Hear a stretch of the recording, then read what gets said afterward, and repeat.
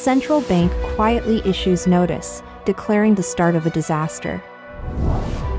Changchun, reports of police killed, armed SWAT teams deployed, snipers positioned on rooftops. Two alarming scenarios reappear in China. Chongqing chip giant Xiangdi shuts down, 400 employees laid off.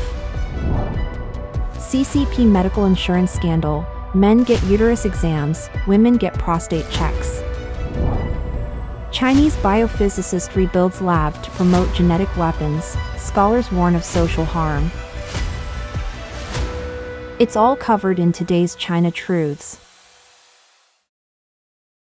Central bank quietly issues notice, declaring the start of a disaster. On August 30, 2024, the People's Bank of China quietly announced on its official website that it had net purchased 100 billion yuan, approximately $14.05 billion, in government bonds for the month of August. This announcement has sent shockwaves through international markets, signaling a significant shift in China's monetary policy. Since early this year, there were signs that the central bank might intervene in the bond market, with official hints appearing as early as March and April. During this period, authorities also deployed experts to calm public concerns, emphasizing that central bank purchases of government bonds were not equivalent to printing money, but rather intended to stabilize the market. However, the announcement on August 30 confirmed that the central bank had indeed already net purchased 100 billion yuan in government bonds from the primary market. Public opinion widely perceives this move as a historic turning point, indicating that the Chinese Communist Party has officially entered an era of unanchored money printing, raising concerns about an impending economic crisis. Analysts have noted that while China's government bonds are issued by the Ministry of Finance, the central bank is now directly buying these bonds, effectively moving funds within the same system. Under the CCP structure, the central bank governor's authority is far below that of a department head within the Ministry of Finance, limiting the central bank's leverage in these transactions. As a result, the central bank's bond purchases are viewed as a form of unrestrained monetary easing, akin to unanchored money printing. In a broadcast, self-media personality Changchun explained that the central bank's net purchase of 100 billion yuan in government bonds equates to injecting the same amount of base currency into the market. This shift means the central bank can now print money without any anchors, deciding the amount based solely on government needs. Previously, the central bank's money printing did not directly support government finances, but now, printed money flows straight to local governments rather than banks or markets, highlighting the aggressive expansion of the central bank's monetary role. Historically, the CCP's approach to money printing has evolved significantly. After 1979, the process was anchored to the US dollar, with the central bank printing RMB while simultaneously purchasing foreign exchange, adhering to certain rules and backed by foreign exchange reserves. From 2014 to 2024, the CCP adopted a mixed strategy, lowering banks' reserve requirement ratios, releasing RMB previously pegged to the US dollar, and using policy banks to mortgage government and local debts to the central bank, thereby printing money and injecting it into the market. Over the past decade, this approach has allowed the CCP to expand its money supply in a semi-controlled manner. However, starting in August 2024, with the central bank's direct purchase of government bonds, the CCP's money printing has become completely unrestrained. The central bank can now print as much money as desired, raising the specter of hyperinflation. Since the founding of the CCP, the excessive issuance of RMB has led to multiple economic disasters.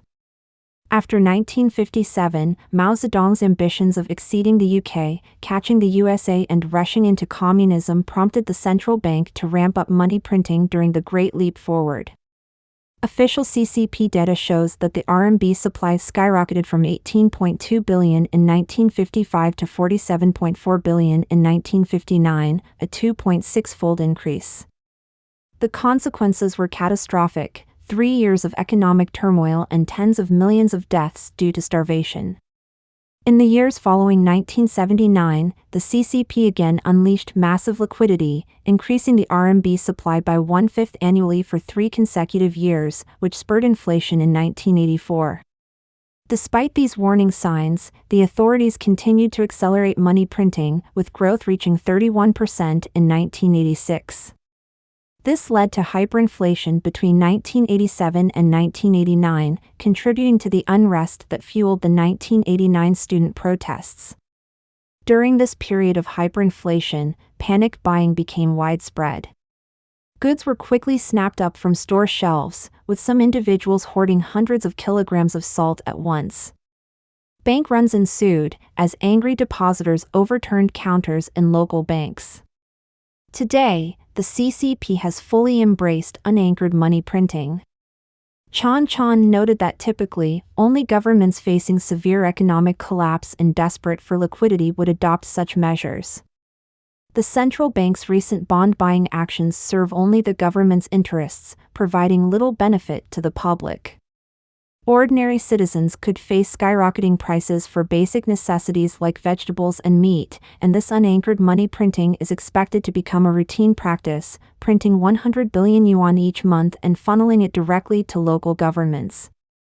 As large-scale canal projects are underway across China, questions arise about the source of funding. The answer is clear: unrestrained money printing. People might go hungry, inflation might be ignored, but the government cannot run out of money. Changchun, reports of police killed, armed SWAT teams deployed, snipers positioned on rooftops. Public resistance against authorities in China is becoming increasingly frequent, with another violent incident occurring on September 2 in Changchun, Jilin. According to online reports, the incident happened in Zone C of Wanda Wenhua Mansion on Hongqi Street, where a dispute between a homeowner and property management escalated.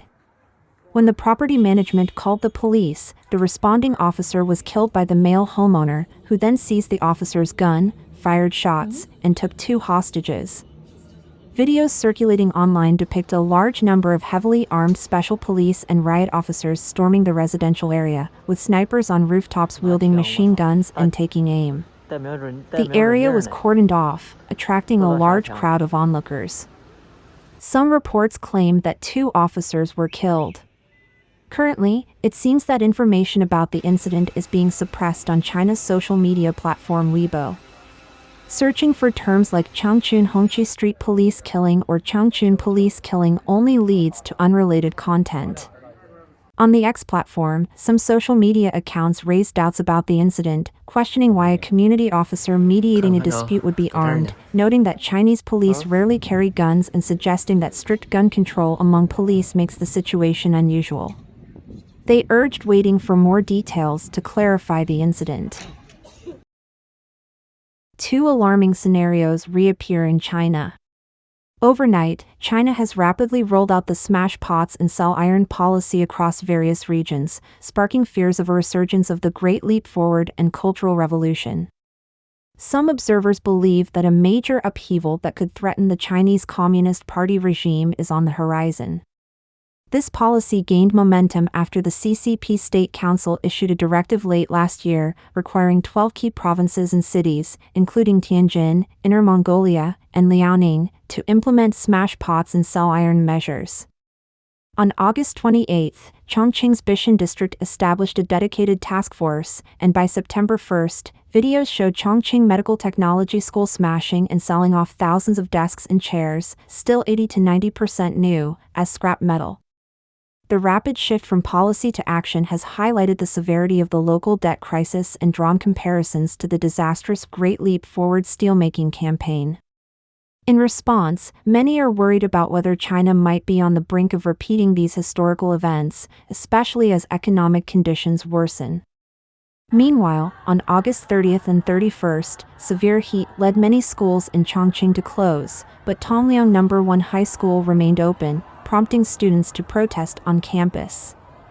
Their slogans, "Taking a break is not a crime, rebellion is justified," evoked the revolutionary fervor of the Red Guards during the Cultural Revolution.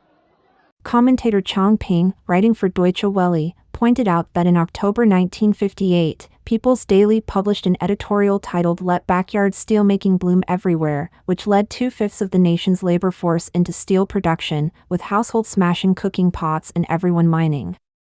The movement resulted in millions of small blast furnaces being built nationwide and directly contributed to the Great Famine.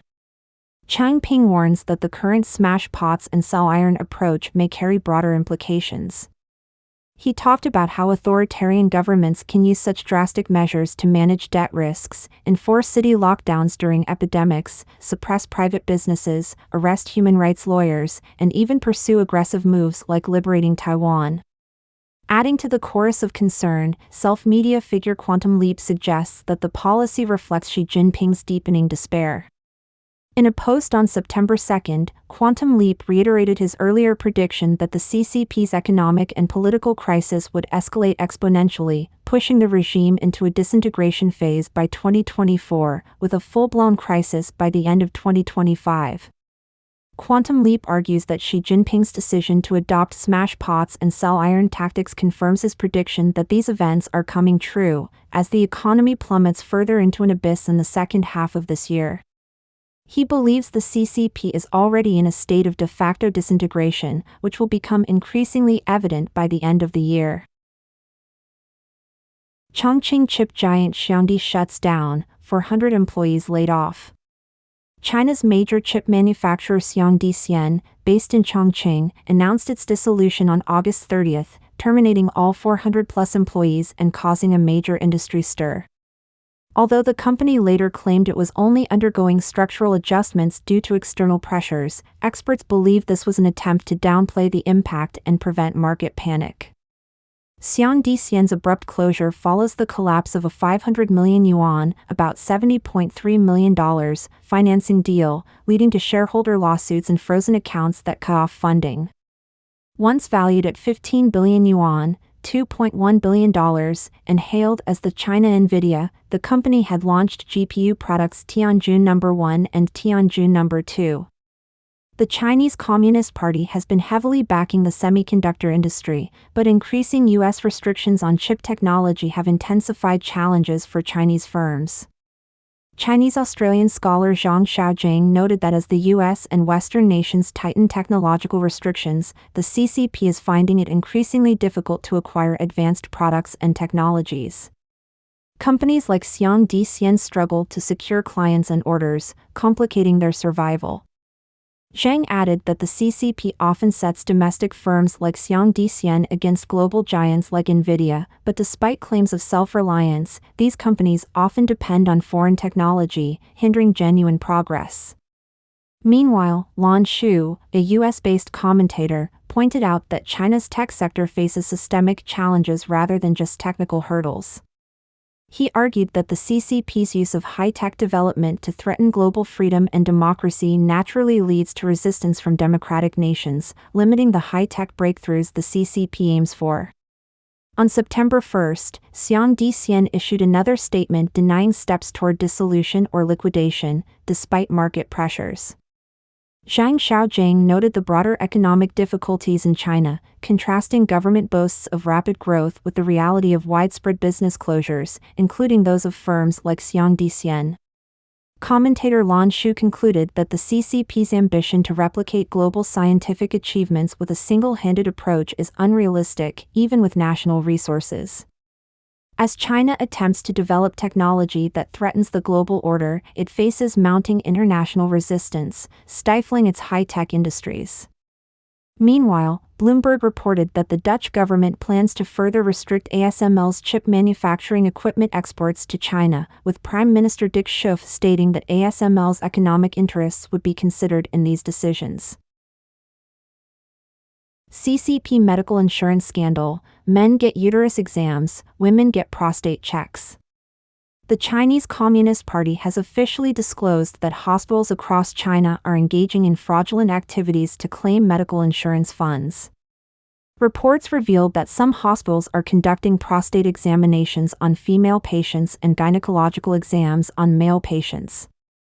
According to the National Medical Insurance Administration, 30 hospitals in provinces including Zhejiang, Jiangsu, Liaoning, Heilongjiang, Shanghai, Jilin, Shandong, and Fujian are involved. Notably, 10 hospitals in Zhejiang were named, with the first affiliated hospital of Wenzhou Medical University performing 1,263 such weird exams. In a shocking case, the People's Hospital of Luoyang City in Hunan was found to have reimbursed 1,674 instances of gynecological exams for male patients within a year, including hysteroscopy procedures. These revelations have sparked heated discussion from netizens who claim this is how the medical insurance fund pool is being drained by hospitals and pharmacies. Current affairs commentator Xing Tianqing pointed out that such fraudulent practices are not isolated but widespread within China's healthcare system, highlighting severe corruption. Xing said that these actions represent just the tip of the iceberg. He further noted that the CCP is blaming individual doctors or hospitals for these issues. However, the systemic corruption within the CCP's medical system is the true culprit. Xing argued that while the responsible doctors should face consequences, the complicit hospital administrations and the broader system must also be held accountable. Xing concluded that the real victims of this corruption are ordinary citizens seeking medical care, who are extorted by hospitals and doctors without any assurance of protection. Chinese biophysicist rebuilds lab to promote genetic weapons, scholars warn of social harm. He Jinkui, the Chinese scientist previously sentenced to 3 years in prison and fined 3 million yuan, nearly $422,000, by a Shenzhen court for illegal medical practice and other charges connected to the gene editing of babies, is once again making headlines. After his release in April 2022, he re-established his laboratory in Beijing, focusing on affordable gene therapies for rare genetic diseases. Recently, reports indicate that he has secured new investment and reopened a lab in Yazhou Science and Technology City in Sanya, Hainan Province. A search for Yazhou Science and Technology City in Sanya on Douyin in early August showed that the National Laboratory of Sanya Yazhou was recruiting talent with a master's degree or higher, offering salaries between 200,000 and 700,000 yuan, approximately $28,100 to $98,400. The updates also included reports of Hainan Provincial Party Secretary Feng Fei visiting a scientist at the National Laboratory, along with news confirming He Jinkui's new lab setup in the same location. Additionally, videos have emerged showing him advocating for the development of gene weapons. He suggests that China should create super soldier units through human gene editing, a proposal that has sparked significant public backlash overseas. Some of these videos were posted on Douyin, where he claims that gene weapons could become the core weapons in future global conflicts, potentially altering the course of wars. He confidently asserts that units of gene-edited super soldiers would exhibit overwhelming combat power. In one of the videos, He Jinkui introduces a newly joined graduate student tasked with research in genetic disease prevention and treatment through gene editing. These videos were shared by a Reddit user who highlighted his controversial return to gene editing and his ambitions to use these technologies to develop mutants and gene weapons for China to challenge the West. Publicly available information reveals that He Jinkui was previously an associate professor at the Southern University of Science and Technology. He gained international notoriety in 2018 for editing the genes of fetuses, resulting in the birth of 2 gene-edited baby girls, which drew severe criticism for violating social ethics. He was later described as a CRISPR rogue in the scientific journal Nature and was featured in Time magazine's list of the 100 most influential people in 2019. In December 2019, He Jinkui was sentenced to 3 years in prison and fined 3 million yuan, nearly $422,000, by a Shenzhen court for illegal medical practice and other charges connected to the gene editing of babies. Political commentator Tang Jingyuan, in an interview with NTD, spoke about He Jinkui's recent promotion of gene weapons, stating that the CCP's antisocial and anti-human system often produces scientific mavericks like he, who ignore basic moral and ethical boundaries by treating humans as products to be modified at will. Mr. Tang argued that He Jinkui's comments reflect the essence of CCP ideology, focused on world domination through technological violence. He warned that the so-called super soldiers created through gene editing are mutated beings, lacking human moral essence and posing a severe threat to society. Tang also expressed concerns about the ethical implications of his experiments, questioning who the human subjects are and who is providing them, suggesting the potential for serious criminal offenses. Further scrutiny of his Douyin account revealed a series of recent videos, including claims that the US is developing gene weapons and urging China to respond in kind. However, some of the videos related to gene weapon war appear to have been deleted. Don't forget to comment in the section below to share your opinions on today's topic with us. If you find the information helpful, please share this video with a friend to watch together. This will be a great source of motivation for our team to produce more and more quality and reliable videos. And also don't forget to like and subscribe to see more interesting topics from China Truths. Thank you for tuning in.